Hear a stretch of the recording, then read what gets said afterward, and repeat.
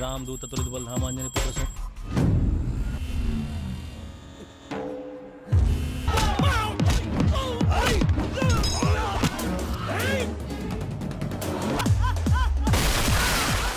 Halo sahabat, Assalamualaikum. Semoga sehat selalu dan senantiasa berbahagia. Terima kasih sudah subscribe dan menyimak video-video LK21 Revive. Semoga Tuhan Yang Maha Esa selalu memberikan rezeki yang berkah dan berlimpah ruah untuk sahabat semua.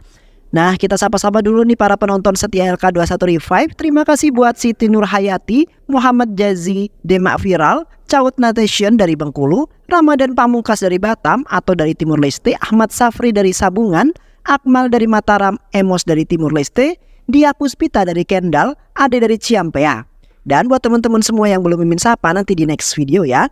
Oke, kali ini LK21 Revive akan membawakan sebuah alur cerita film yang berjudul Yevado. Bagaimana keseruan filmnya tanpa banyak basa-basi lagi? Ini dia alur ceritanya.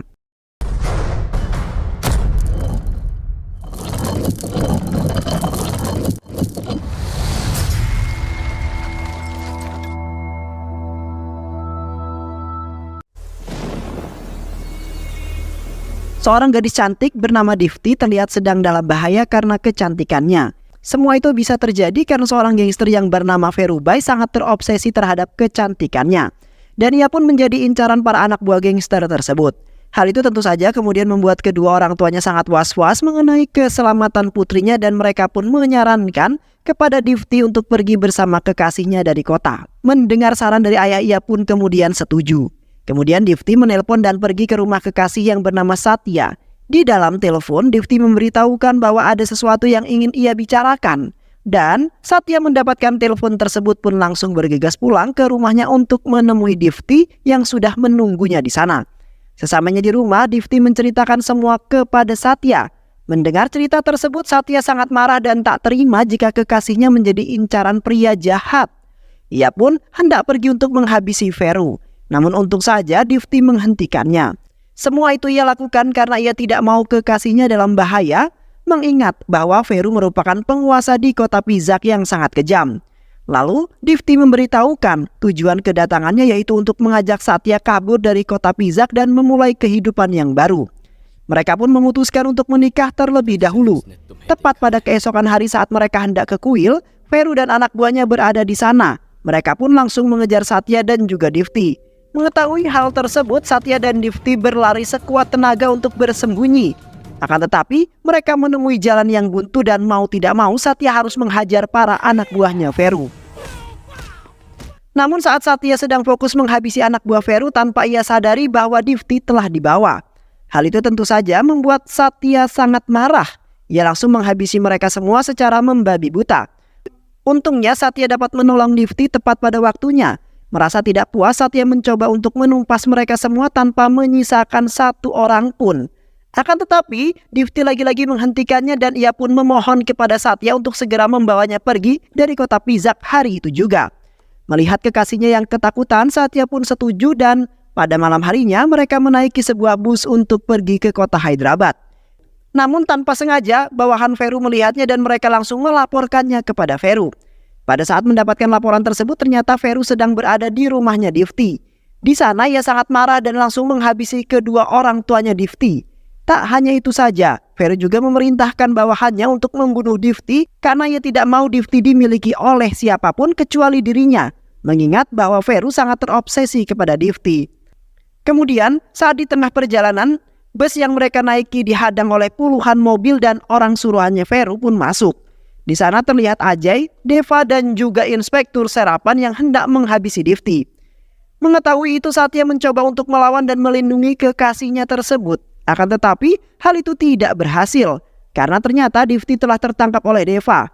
Mengetahui hal tersebut, Satya tidak berbuat apa-apa. Ia hanya bisa memohon kepada Deva untuk tidak menyakiti kekasihnya itu.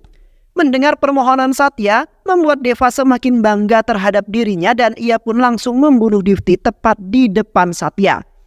Melihat kejadian itu membuat Satya benar-benar terpukul, bahkan ia tidak memperdulikan dirinya yang ditusuk terus-menerus. Karena bagi Satya kehilangan Difty lebih menyakitkan daripada luka-luka yang ia alami saat ini. Dan akhirnya Difty pun menghembuskan nafas yang terakhir yang membuat Satya semakin tersiksa hingga ia pingsan sembari berlinang air mata. Kemudian Deva, Ajay, dan juga Inspektur Sarapan membakar bus tersebut. Pada keesokan harinya, petugas datang untuk mengevakuasi para korban. Dan pada saat mereka menemukan Satya, mereka benar-benar keheranan karena kebakaran bus ini sangat parah dan kemungkinan besar tidak ada yang selamat. Meskipun begitu, mereka dengan sigap langsung membawanya ke rumah sakit. Satya pun diperiksa. Di sana dokter menemukan 24 tusukan di sekujur tubuhnya dan bahkan 70% bagian tubuhnya telah terbakar. Hal itu kemudian membuat para dokter ragu untuk menyelamatkannya. Mengetahui hal tersebut, kepala rumah sakit yang bernama Selaja kagum melihat tekad Satya untuk bertahan hidup. Akhirnya ia memutuskan untuk turun tangan dan membantu Satya. Di sana ia pun melakukan sebuah transplantasi wajah karena luka Satya sangatlah parah. Dan akhirnya operasi tersebut selesai dengan sangat lancar. 10 bulan kemudian Satya tersadar dari komanya dalam keadaan yang sangat gelisah. Karena saat itu ia teringat mengenai kematian kekasihnya tercinta. Bahkan Satya mengamuk dan ingin segera pergi dari sana. Lalu kemudian Dokter Salija datang di sana. Ia memberitahukan kepada Satya bahwa kehidupan saat ini telah berubah.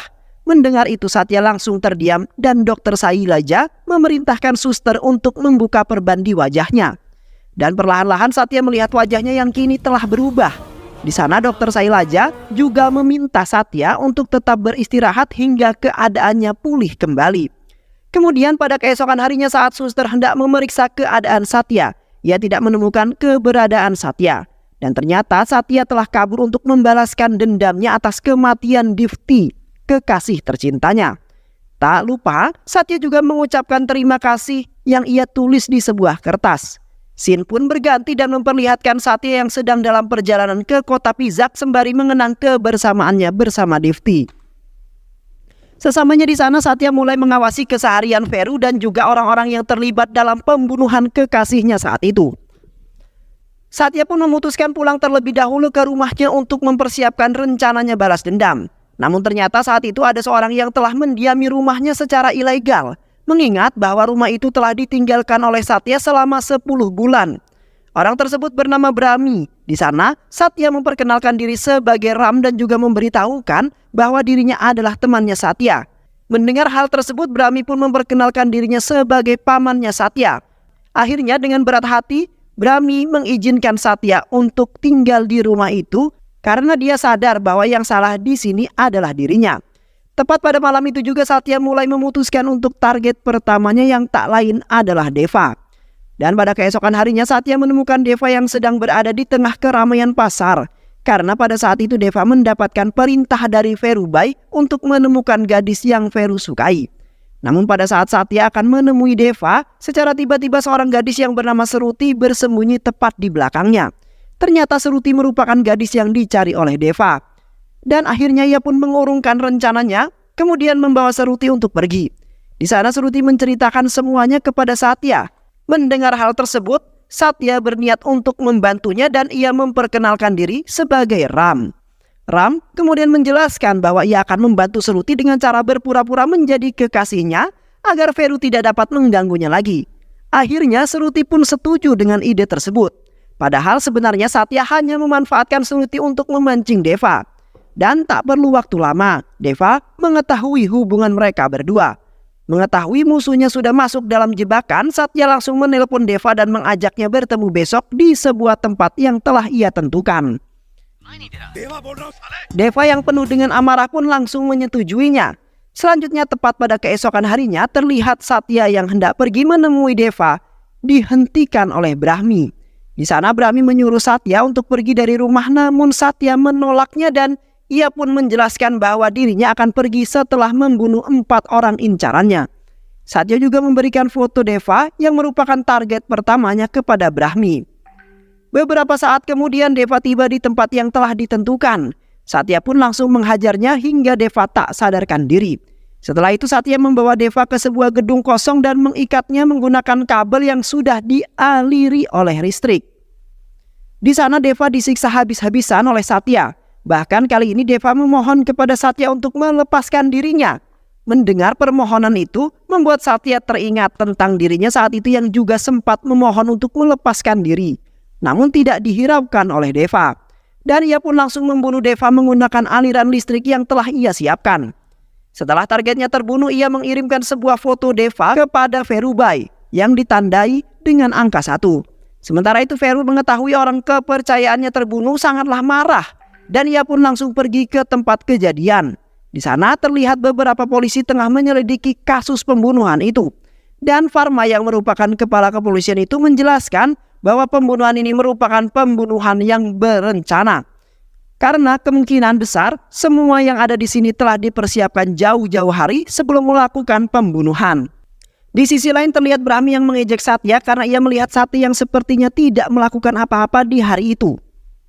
Lalu secara tiba-tiba Brahmi langsung terdiam saat mendengar pembunuhan terhadap Deva yang diberitakan di televisi. Dan tentunya hal itu membuatnya takut terhadap Satya. Selanjutnya target kedua Satya adalah Inspektur Sarapan. Di sana ia mendatangi kantor Sarapan dan berpura-pura melaporkan kehilangan seseorang. Dan mendapatkan laporan itu, Sarapan berniat untuk membantunya. Dan ia menanyai ciri-ciri orang yang hilang tersebut. Dan dengan santai Satya memberikan fotonya Divti. Di sana Satya menjelaskan bahwa wanita itu telah hilang selama 10 hari. Inspektur Sarapan yang melihat foto tersebut sangat terkejut karena ia sendiri tahu bahwa Divti telah mati 10 bulan yang lalu. Meski demikian, ia mencoba tetap tenang dan berpura-pura siap membantu Satya. Tak berselang lama setelah Satya pergi, Serapan langsung menghubungi Feru. Di sana Feru memerintahkan agar Serapan menahannya. Akan tetapi pada saat itu Satya telah pergi. Namun untungnya Satya belum pergi jauh. Ia pun membuntuti Satya hingga ke sebuah mall. Dan ternyata tanpa ia sadari bahwa dirinya telah masuk ke dalam jebakan yang telah Satya siapkan. Di dalam mall tersebut, Serapan mendatangi Satya sembari menodongkan sebuah pistol. Di sana Serapan menanyakan siapa dirinya sesungguhnya. Satya pun menjawab kalau dirinya adalah Satya. Mengetahui hal tersebut, Serapan mencoba untuk membunuh Satya, tapi Satya berhasil melawan dan akhirnya ia membunuh Serapan. Kepala kepolisian Farma datang lagi ke TKP. Di sana ia hanya mendapatkan foto Inspektur Serapan yang telah ditandai dengan angka 2. Hal itu benar-benar membuat Farma kebingungan. Ia pun meminta kepada para pengunjung mal yang melihat kejadian tersebut untuk memberikan ciri-ciri dari para pelaku. Kemudian tak diduga, Satya angkat tangan. Di sana ia mengaku bahwa dia mengetahui ciri-ciri pelaku yang membunuh Serapan. Satya pun langsung membuat sketsa wajahnya terlebih dulu sebelum melakukan transparansi wajah. Setelah mendapatkan itu, Farma langsung menemui Feru dan memperlihatkan sketsa wajah yang dibuat oleh Satya. Dan betapa terkejutnya Feru yang melihat wajah itu, akan tetapi Feru berpura-pura tidak mengenalnya. Semua kejadian-kejadian ini membuat hidup Feru tidak tenang karena ia telah dihantui oleh teror-teror mengenai Satya. Selanjutnya target Satya adalah Ajay yang merupakan adik Ferubai. Di sana Satya memanipulasi Ajay agar jatuh cinta kepada Seruti. Sementara Seruti diiming-imingi menjadi seorang aktris dan ia dikenalkan kepada Brahmi yang berpura-pura menjadi seorang sutradara. Seruti yang tidak tahu sama sekali mengenai niat Satya percaya begitu saja. Ia pun mengikuti semua arahan Brahmi. Di sana Brahmi meminta Seruti untuk berpura-pura jatuh cinta kepada seorang pria agar Brahmi bisa menilai kemampuan akting yang dimiliki oleh Seruti. Dan pria itu tak lain dan tak bukan adalah Ajay. Sementara itu, Satya terus mencoba mendekati Ajay dan berpura-pura menjadi teman baiknya. Di sana, Satya memberitahukan kepada Ajay bahwa seorang gadis yang bernama Seruti suka terhadapnya. Dan di saat itu, Ajay melihat wajah Seruti. Ia pun jatuh cinta pada pandangan pertama. Mengingat bahwa Seruti memiliki paras yang sangat cantik. Bahkan Seruti pun memperlakukan Ajay dengan baik karena ia menganggap ini hanyalah sebuah akting. Kepolosan Ajay sangatlah mudah dimanfaatkan oleh Satya. Bahkan ia tidak menyadari bahwa dirinya adalah seorang gadis incaran kakaknya. Kemudian pada suatu hari, saat Ajay dan Seruti sedang bersama, salah satu bawahan Feru melihatnya. Mengetahui anak buah kakaknya melihat mereka, Ajay langsung panik karena ternyata Ajay baru mengetahui bahwa gadis yang bersamanya saat ini merupakan gadis incaran kakaknya. Setelah kejadian itu, Ajay menemui Satya di sana. Ia menceritakan semuanya, layaknya seperti seorang sahabat. Satya yang mendengar hal tersebut sangat senang karena Ajay telah masuk ke dalam jebakannya. Di sana Satya memberikan sebuah solusi kepada Ajay untuk membunuh kakaknya dan Satya juga menjelaskan bahwa jika Ajay membunuh kakaknya, ia akan menggantikan posisi kakaknya dan bahkan mendapat Seruti selama-lamanya. Mendengar saran tersebut membuat Ajay kembali bersemangat. Akhirnya Ajay pun pulang dan pergi ke kamar Feru. Ia pun tanpa ragu langsung menembak ke arah tempat tidur itu. Namun ternyata Feru tidak berada di sana. Vero tidak berada di sana dan tiba-tiba Vero pun tiba tepat di belakangnya Ajay. Ajay langsung meminta maaf, akan tetapi Vero yang terlanjur kecewa enggan memaafkannya dan ia pun langsung memerintahkan bawahannya membawa Ajay pergi jauh dan membunuhnya. Beberapa saat kemudian saat Vero sedang duduk di sebuah buku tertutup angin, di sana Vero melihat sebuah amplop coklat yang berisikan foto Ajay ditandai dengan angka 3. Setelah itu Vero juga mendapat panggilan dari Satya di dalam telepon bahwa dirinya lah yang telah membunuh Deva dan Serapan. Satya juga mengaku bahwa dirinya lah yang memprovokasi Ajay untuk membunuh Vero. Mengetahui semua itu Vero langsung bergegas pergi untuk menyelamatkan Ajay. Namun ia terlambat karena Ajay telah terbunuh. Kematian adiknya itu benar-benar membuat Vero sedih. Satya kembali mengingatkan bahwa kesedihan yang Vero alami saat ini sama halnya dengan yang ia rasakan saat kehilangan Divti dulu. Hingga pada akhirnya Satya dan Vero memutuskan untuk bertemu secara langsung di sebuah klub malam. Namun di luar rencana, Seruti tiba-tiba datang dan hendak mencari Ram. Belum sempat menemui Ram, Seruti langsung disergap oleh para kru karena ia yakin bahwa Seruti telah bersekongkol dengan Satya. Menyadari nyawa Seruti dalam bahaya, Ram berbohong dan memberitahukan kepada Vero bahwa Satya baru saja keluar dari klub tersebut. Mengetahui hal itu, Vero pun langsung memerintahkan semua bawahannya untuk mengejar Satya dan tinggalkan dirinya seorang diri. Kemudian Satya pun menghubungi Vero dan ketika itu Vero berbalik. Dia benar-benar tak menyangka bahwa Ram adalah Satya yang sesungguhnya. Dan Vero pun langsung dihajar oleh Satya hingga tak berdaya. Kemudian Satya melempar Vero dari atas gedung hingga akhirnya Vero pun tewas. Setelah dendamnya semua terbalaskan, Satya meminta maaf kepada Seruti karena selama ini ia telah memanfaatkan keberadaan Seruti demi dendamnya tersebut. Mendengar itu Seruti dengan senang hati memaafkan Satya. Ia juga berterima kasih kepada Satya karena berkat Satya lah ia mampu terbebas dari pria jahat seperti Vero. Satya pun pergi, ia memutuskan untuk meninggalkan kota Pizak dan mulai kehidupan yang baru. Namun pada saat di lampu merah secara tiba-tiba seseorang menembaknya dan orang tersebut bernama Raja. Untungnya tembakan itu tidak mengenai Satya dan orang-orang menembak itu pun kabur. Melihat Raja yang kabur, Satya mencoba mengejarnya karena ia ingin mengetahui maksud dari serangan tersebut. Tapi Raja berhasil bersembunyi. Di dalam persembunyiannya itu Raja menghubungi seorang menteri yang bernama Firazu dan memberitahukan bahwa Charan masih hidup. Mendengar itu semua, menteri langsung terkejut. Tak hanya itu, Raja juga menghubungi seorang yang bernama Dharma. Dan sama seperti menteri, Dharma juga benar-benar terkejut dan tak menyangka karena ia yakin bahwa saat itu Charan telah benar-benar mati di tangannya. Hingga akhirnya Satya menemukan tempat persembunyian Raja. Namun Raja yang panik pun kabur. Hingga akhirnya ia tak sengaja tertabrak oleh sebuah truk yang melintas dan tewas di tempat. Semua kejadian itu membuatnya benar-benar bingung, namun pada saat Satya melihat wajahnya kembali, ia mulai mengerti bahwa mereka bukanlah mengincar dirinya. Satya yang merasa sangat kepanasan pun mencoba menelepon Dr. Sailaja untuk menanyakan wajah siapakah yang ia berikan kepadanya. Sementara itu Dr. Sailaja yang mendapat pertanyaan tersebut langsung bersiap-siap dan pergi ke kota. Bahkan ia tidak menjawab di dalam sebuah telepon. Hal itu kemudian tentu saja membuat Satya semakin bingung. Akhirnya pada saat Dr. Sailaja tiba, ia mulai menceritakan semuanya. Di sana ia menjelaskan bahwa wajah yang diberikan kepada Satya merupakan wajah anak sematawayangnya yang bernama Charan. Charan merupakan seorang mahasiswa di kota Hyderabad. Dia sangat pemberani dan juga merupakan anak buah yang sangat baik. Bahkan ia selalu membantu teman kampusnya pada saat ada yang mengganggu mereka. Sahabatnya itu bernama Sasak, Sarat, dan Visor. Tak hanya itu juga, Sarat juga memiliki seorang kekasih yang bernama Manju.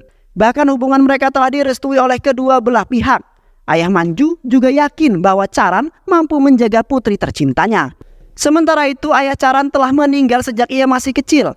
Namun meski tanpa peran seorang ayah, Charan mampu tumbuh dengan baik berkat didikan sang ibu. Lalu pada suatu hari ada seorang wartawan koran yang memberitahukan mengenai seseorang pengusaha yang mengincar suatu pemukiman warga. Pengusaha itu bekerja sama dengan para menteri yaitu Firazu. Mereka mengambil paksa lahan tersebut dan membayar gangster yang bernama Dharma. Sosok Dharma sangatlah ditakuti di sana karena ia tak segan-segan membunuh orang untuk mendapatkan apa yang ia mau. Meskipun begitu, Dharma selalu menyayangi anaknya yang berkebutuhan khusus. Ternyata wartawan yang menulis berita itu adalah salah satu penduduk di desa tersebut. Ia bernama Shankar. Kemudian menteri yang tak terima perbuatan jahatnya disebarluaskan langsung memerintahkan Dharma untuk membunuh Shankar.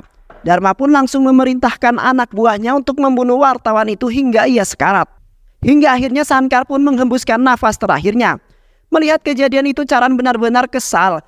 Bahkan ia memarahi Sarath yang bercita-cita untuk menjadi seorang pemimpin, namun saat ini hanya diam seperti seorang pengecut. Di malam hari, anak buah Dharma mendatangi lagi daerah tersebut. Kedatangannya ke sana adalah untuk memberikan surat yang harus ditandatangani oleh para penduduk. Surat tersebut berisikan tentang persetujuan mengenai wilayah yang akan digusur tanpa syarat apapun, dan para penduduk itu dibebaskan waktu 1 bulan untuk membersihkan wilayahnya. Mengetahui itu, mereka dengan terpaksa menyetujui dan menandatangani surat tersebut sembari bercucuran air mata. Tak lama setelah itu, Sasak pun pulang diantar oleh sahabat-sahabatnya. Di sana, Sasak tetap bersikukuh untuk menolak hal tersebut karena tidak rela jika meninggalkan tempat kelahirannya. Melihat itu, Charan tak hanya diam, ia menyemangati masyarakat untuk tidak takut melawan Dharma. Lalu Sasak juga mengajak ayah dan masyarakat untuk melawan Dharma bersama-sama. Namun, sayangnya semua ucapan Sasak dibalas tamparan oleh sang ayah dan menjelaskan bahwa Dharma sangatlah berbahaya dan mereka masih menginginkan untuk tetap hidup. Kemudian ayah Sasak juga menyuruh Charan pergi dan menyatakan bahwa hidup mereka berbeda, bahkan ia yakin bahwa Charan tidak akan mengerti mengenai perasaan mereka. Lalu pada keesokan harinya terlihat Sasak yang mendatangi rumah Dharma seorang diri untuk menolak penggusuran yang dilakukan oleh Dharma. Bahkan Sasak juga protes mengenai sikap Dharma yang serakah. Mendengar hal tersebut, Dharma marah dan tak terima, kemudian ia membunuh Sasak saat itu juga. Hingga akhirnya hari kematian Sasak menjadi pukulan pahit untuk keluarganya dan orang-orang yang ada di sana. Bahkan ayah Sasak menyalahkan Charan dengan apa yang sudah terjadi kepada anaknya sehingga membuat mereka tidak bisa mengkremasi jasad Sasak dengan layak, karena tak ada satupun dari mereka yang berani mengambil jasadnya di rumah Dharma. Mengetahui hal tersebut, Charan benar-benar marah dan ia langsung menuju rumah Dharma. Sesampainya di sana, ia langsung menghancurkan pintu gerbang milik Dharma. Dan betapa sakit hatinya Charan yang melihat jasad sahabatnya dibiarkan tergeletak di tanah seperti bangkai binatang. Kemudian pada saat Charan hendak membawa jasad sahabatnya tersebut, ia dihentikan oleh anak buah Dharma. Akhirnya Charan yang sudah diselimuti amarah langsung menghajar semua anak buahnya Dharma hingga Dharma sendiri pun ketakutan melihat Charan mengamuk. Tak hanya itu saja, Charan juga menegaskan kepada Dharma bahwa saat ini wilayah yang akan ia gusur oleh Dharma adalah miliknya. Setelah itu Charan pun langsung membawa mayat sahabatnya tersebut untuk dikremasi secara layak. Hal itu membuat orang-orang terutama ayah Sasak sangat bahagia atas keberhasilan Charan yang membawa mayat anaknya kembali. Bahkan saat itu juga mereka mulai berani untuk melawan dan membakar surat persetujuan dengan Dharma yang pernah mereka tanda tangani. Dharma yang mengetahui hal tersebut tak terima, ia pun merencanakan sesuatu untuk menjebak Charan. Pada saat itu Dharma menyandra Stalaja dan Manju di tempat yang berbeda. Bahkan ia pun menyerang dan membuat kerusuhan di tempat tinggalnya Sasak. Kemudian Dharma pun menghubungi Charan dan memberitahu hal-hal tersebut. Mendengar itu Charan sempat kebingungan, namun tak berselang lama Dharma mendapat sebuah telepon dari anak buahnya dan memberitahukan bahwa Charan berada di rumah Dharma sambil bermain dengan putri tercinta. Mengetahui hal tersebut, mau tak mau Dharma pun menghentikan semuanya karena ia takut tentang keselamatan putri kesayangannya. Ia juga langsung menelpon Charan. Di dalam telepon Charan memberitahukan bahwa sebenarnya orang-orang di kawasan itu tak takut lagi pada Dharma. Dharma tidak percaya, ia pun menantang Charan untuk membuktikan ucapannya itu. Kemudian scene pun berganti, memperlihatkan Dharma yang sudah berada di wilayah tersebut. Di sana juga terdapat ribuan masyarakat yang mengelilingi Dharma. Charan pun mulai membuka suara dan memberikan semangat kepada masyarakat untuk tidak takut melawan Dharma. Lalu tiba-tiba saja ayah Sasak maju dan langsung menendang tubuh Dharma hingga terguling. Dan setelah itu masyarakat pun satu persatu mulai berani maju dan mengeroyok Dharma beserta anak buahnya. Namun pada saat masyarakat hendak membunuh Dharma, Charan menghentikannya.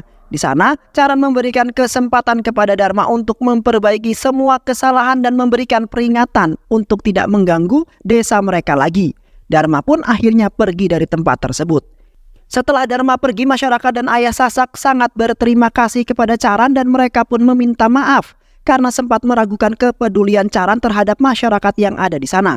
Dan Charan pun memeluk ayah Sasak tersebut dengan penuh kasih sayang. Sementara itu, pengusaha yang mengetahui Dharma gagal mendapatkan wilayah tersebut meminta ganti rugi kepada Dharma karena ia telah membayar Dharma dengan sangat mahal. Namun, menteri menenangkannya dan ia menyarankan Dharma untuk membunuh Charan karena baginya sumber masalah utama dalam hal ini adalah Charan. Kemudian, Dharma mendapati informasi tentang Charan yang akan kembali ke kota Hyderabad setelah menghadiri acara pernikahan temannya di kota Pizak. Dharma langsung memerintahkan anak buahnya untuk mengepung bus yang ditumpangi oleh Charan. Dan ternyata bus yang dinaiki oleh Charan saat ini sama dengan bus yang dinaiki oleh Satya dan juga Dipti. Charan yang mengetahui hal ini bersiap-siap untuk melawan Dharma. Namun secara tiba-tiba Sarat malah menikam Charan. Dan Sarat pun berkata bahwa jika dirinya membunuh Charan, Dharma akan membantu Sarat masuk ke dunia politik sesuai dengan apa yang ia cita-citakan dari dahulu. Dan pada saat Sarat hendak menusuknya lagi, Charan mampu melawan dan ia pun keluar untuk menghabisi para anak buah Dharma. Meskipun Charan tahu bahwa sahabatnya Sarat telah mengkhianati dirinya, ia tak mampu untuk melukai dan bahkan membunuh sahabatnya itu karena bagi Charan mereka telah ia anggap sebagai saudaranya sendiri. Dan tak lama setelah itu Dharma menusuk Charan dari belakang. Mendapat serangan itu Charan langsung berbalik dan mengejeknya.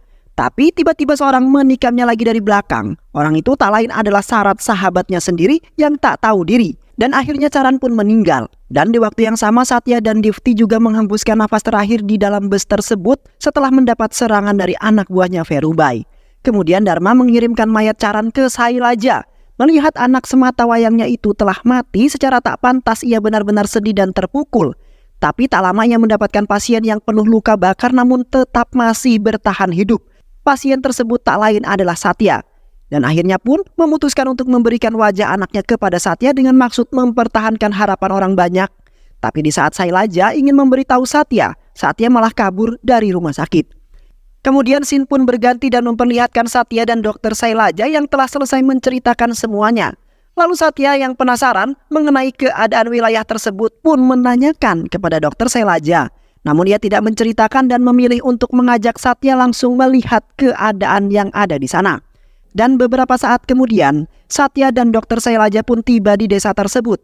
Kedatangan Satya yang mereka anggap Charan disambut hangat oleh masyarakat terutama oleh ayah Sasak yang saat ini telah kehilangan satu kakinya yang dipotong oleh Dharma karena ia menendangnya saat itu. Namun meskipun demikian, ayah Sasak tetap semangat dan langsung memeluk Charan. Melihat semangat juang masyarakat untuk mempertahankan wilayah itu membuat Satya terharu. Ia pun bersedia menggantikan peran Charan yang telah membangkitkan semangat mereka. Dan sebelum menyerang Dharma, Satya mencari Sarat yang kebetulan pada saat itu ia sudah melakukan kampanye. Keberadaan Charan benar-benar membuat terkejut. Ia pun langsung menghubungi Dharma dan memberitahukan mengenai Charan yang masih hidup. Mengetahui itu Dharma benar-benar tak yakin. Ia pun memutuskan untuk menculik Dr. Sailaja untuk memancing Charan jika memang benar-benar ia masih hidup. Dan ternyata benar, Charan datang ke rumahnya Dharma. Tetapi kali ini ia tak sendirian, di mana semua masyarakat di wilayah tersebut juga ikut datang untuk menghabisi Dharma. Bahkan masyarakat langsung mengamuk dan menghancurkan bahkan menyerang semua anak buah Dharma hingga tak ada satupun yang tersisa. Sementara Charan, ia mencari Dharma untuk menyelamatkan Dr. Sailaja. Mengetahui dirinya diincar Charan, Dharma tak segan untuk menyandra Dr. Sailaja dan mengancamnya bahwa jika Charan terus maju, ia tak akan segan akan membunuh ibunya. Mendengar ancaman tersebut, Charan tak peduli. Ia terus berjalan maju mendekati Dharma hingga pada akhirnya Dharma ditikam dari belakang oleh Sarat. Karena sebenarnya pada saat Charan melihat Sarat yang sedang kampanye, ia menemuinya dan mengiming-imingi tentang tahta yang akan didapatkan oleh Sarat. Sementara itu Dharma yang marah kepada Sarat langsung membunuhnya hingga Sarat sekarat. Ia juga mencoba untuk menusuk Charan namun Charan berhasil menghindar dan akhirnya tanpa sengaja Dharma menusuk Menteri Virazu yang berada tepat di belakangnya Charan. Setelah itu Charan langsung menendang Dharma hingga ia terjatuh di hadapan masyarakat yang penuh amarah terhadap dirinya. Ia pun langsung dihajar habis-habisan oleh masyarakat sampai mati. Setelah itu semua para penjahat dan pengkhianat itu mati. Satya memiliki satu hal lagi yang belum ia selesaikan, yaitu mengenai Manju yang merupakan pacarnya Charan. Kemudian Satya pun langsung menemuinya dan film pun selesai. Itulah alur cerita film yang berjudul Yavadu. Terima kasih sudah menyimak video-video LK21 Revive. Semoga sahabat semua terhibur dan sampai bertemu lagi di video-video berikutnya. Wassalamualaikum warahmatullahi wabarakatuh.